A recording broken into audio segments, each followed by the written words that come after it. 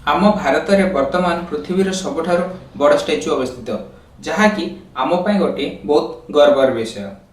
यह करने पाखापाखि 3000 कोटी खर्च होइछि। आम भारत सरकार कौन 3000 कोटी खर्च कर मूर्ति को तैयारी कर जहाँ को कहुच्छे स्टैच्यू ऑफ यूनिटी। एथिरे खर्च होइथिबा 3000 कोटी गोटे बहुत बड़ रकम। चलतु आज जानिबा ए स्टैच्यू रे हेइथिबा खर्चर डिटेल आउ सरकार केतिकी टंका खर्च करी ए स्टैच्यू तैयारी करछन्ती जानिबा। आपण ए वीडियो शेष पर्यंत देखंतु, आपण निजे एही विषय रे डिटेल जानि जिवे। जय जगन्नाथ, मु होछि विभूति, आपण मानकु स्वागत करछि ओडिया नॉलेज।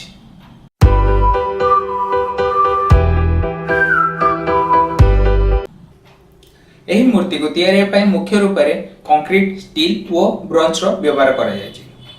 सीमेंट जहाँ को कि यार मध्य भाग रे स्ट्रॉन्ग पाई यह को व्यवहार करा जायछि ओ स्टील साहाय्य रे यार स्ट्रक्चर पूरा रूप से तैयारी होइछि ओ ब्रोंज जहाँ को तंबा साहाय्य रे यह को कवर करा जायछि ओ एही भली भाव रे तैयारी होइछि ए स्टैच्यू। मु ए स्टैच्यू रो डिटेल को विकिपीडिया ठारू कलेक्शन करिछि। जदि आपण मध्य जानिया पई चेष्टा करंती यार डिटेल गूगल रे सर्च करी आपण मध्य जानि पारिबे यार सत्य घटना कौन। तो चलंतु स्टार्ट करबा यार डिटेल। एबे हमें आसीबा यार मुख्य प्रसंग उपर को। एही मूर्ति रो टोटल खर्च केते हिची आमे ता बाहर करबा पूर्वरो आमे जानिबा को पड़िबो वर्तमान एही मुख्य सामग्री रो दर मार्केट रे केते भाबरे चलीची। तो यार मुख्य होची सीमेंट कंक्रीट जहाँ की वर्तमान दर मार्केट रे 4000 रु 5000 पर्यंत यार भल क्वालिटी सीमेंट कंक्रीट मिल जाउची। जदि आमे ताठार भी और भल क्वालिटी रो नेबा तो मिनिमम 6000 टंका रे हमको ताठार भी भल क्वालिटी रो सीमेंट मिल जिवो।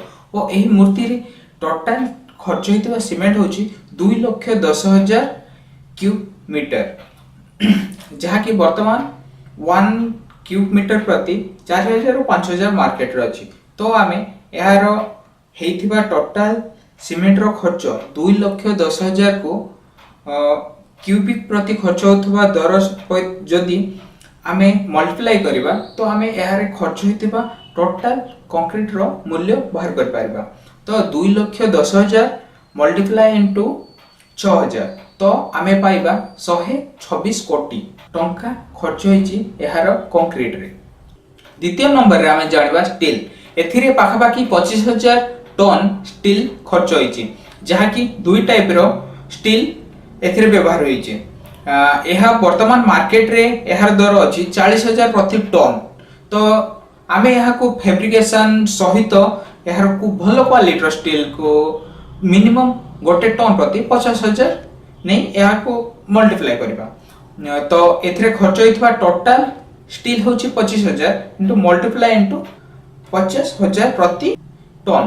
तो हमको टोटल मिलिबो 125 कोटी जहाँ की एही मूर्ति रे टोटल स्टील खर्च होइथिबार कॉस्ट 125 कोटी। तो 3 नंबर रे हम जानिबा ब्रोंज विषय रे। तंबा एथिरे तंबा होची खर्च होइची 3,500 टन। वर्तमान मार्केट रे 400 रु 500 टंका प्रति किलो तंबा हमको मिल जाउची। जदि आमे याकू टन रे कन्वर्ट करिबा तो पाखापाखि गोटे टन प्रति 6 लाख टंका तंबा दर वर्तमान मार्केट रे चलीची। टोटल तंबा 3,500 मल्टीप्लाई करिबा गोटे टन खर्च होतबा तंबा तो 6 लाख मल्टीप्लाई इनटू 3,500 तो आमे टोटल तंबा पाइबा एथिरे 110 कोटी टंकार तंबा। तो यह को चदर भाव में व्यवहार करी यह मूर्ति को कवर करिबारे सहायता करा जायछि। ओ खर्च होइछि 210 कोटी। तो हमको टोटल मिलिला प्रथमे कंक्रीट रे होछि 126 कोटी और द्वितीय नंबर रे आमे पाइलो स्टील रो जहाँ की 125 कोटी और तृतीय नंबर ब्रोंज जहाँ की होछि 110 कोटी।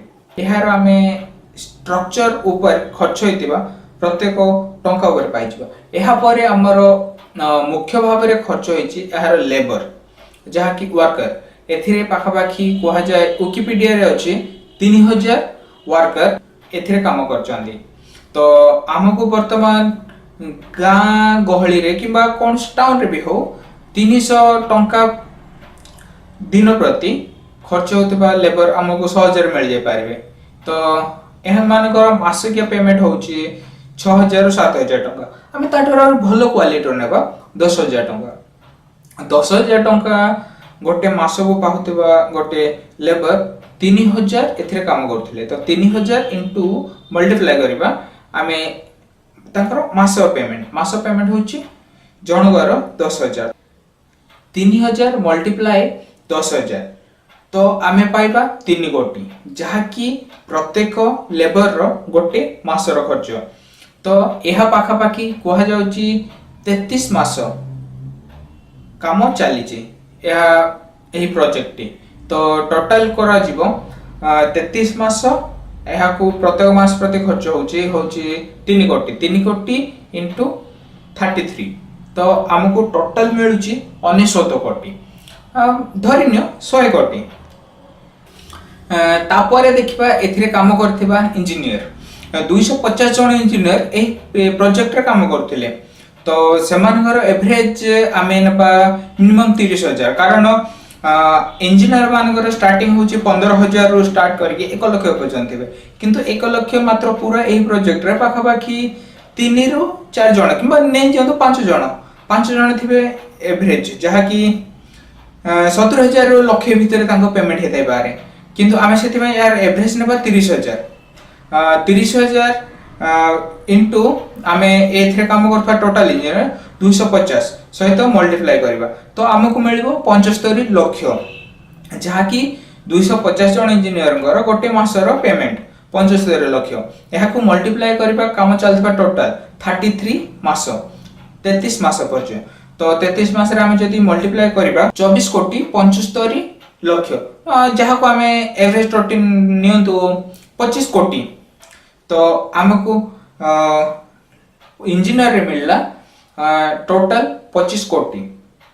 तो ए स्टैच्यू तैयार करिया पई टोटल वर्कर रो खर्च होची लेबर मानक होची 100 कोटी और इंजीनियर मानक रो 25 कोटी टोटल होची 125 कोटी। तो आमे ए वर्तमान ए स्टैच्यू रो टोटल कॉस्ट आमे बाहर करथिबा कॉस्ट को सब जगह को प्लस करिबा और जानिबा एहार टोटल कॉस्ट। कंक्रीट प्रथमे कंक्रीट को हम डिस्कस करथले कंक्रीट रे एथिरे 126 कोटी खर्च होईचे ओ 125 कोटी खर्च होईची स्टील ओ ब्रोंज रे 210 कोटी खर्च होईचे ओ वर्कर एथिरे खर्च काम करथबा टोटल इंजीनियर और लेबर टोटल होची 125 कोटी। तो आमे एई फरी 586 कोटी रे एई मूर्ति रो पूरा स्ट्रक्चर पूरा पाई गलो। तो सरकार मिंजु कहउचंदी एथिरे खर्च होईची 3000 कोटी। तो लोक माने कहबे एथिरे खर्च होइतबा ट्रांसपोर्ट ये चलंतु एहा पर आमे एथिरे आउरी किछि ए डैम रो जो खोदान ये से एही भली किछि रे 50 कोटी आ किछि एक्स्ट्रा नेबा एहा पर हमको मिलबो 636 कोटी टोटल। हेले मध्ये जदि आमे आउरी भी एक्स्ट्रा किछि नेबा जहा कि जमी ये से सेथि पय एथिरे खर्च होइतबा टोटल ट्रांसपोर्ट आउ किछि सेथि पय आउरी किछि भी 100 कोटी 100 कोटी बहुत बड़ रकम एतकी खर्च करबा। तो एहा परे हमको टोटल मिलबो 736 कोटी हेले मध्ये हे पारुनी। तो एहा परे आमे टोटल आर एवरेज धरि नेबा 1000 कोटी आउ किछि भी एक्स्ट्रा खर्च एक्स्ट्रा खर्च नै कि। तो वर्तमान हमर स्टैच्यू देखुछु आमे 1000 कोटी रे यार पूरा शेष होई जाउची किंतु सरकार कहउछांदी एथिरे खर्च होईची 3000 कोटी। तो आपण कोन भाबुछांदी सरकार एथिरे 3000 कोटी खर्च करछांदी जहा कि वर्तमान आमको गोटे क्वेश्चन मार्क हे रही जाउची।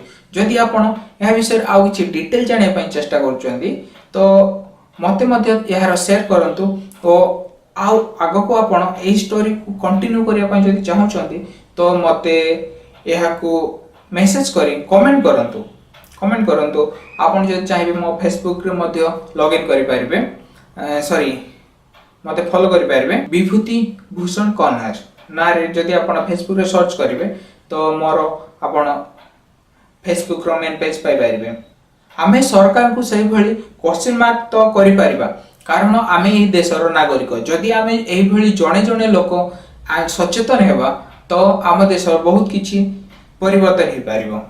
तो एही थिला आजिरो वीडियो।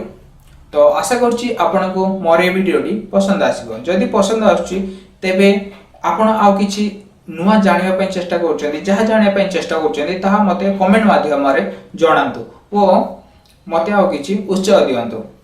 ए थिला आजिरो वीडियो। जय जगन्नाथ।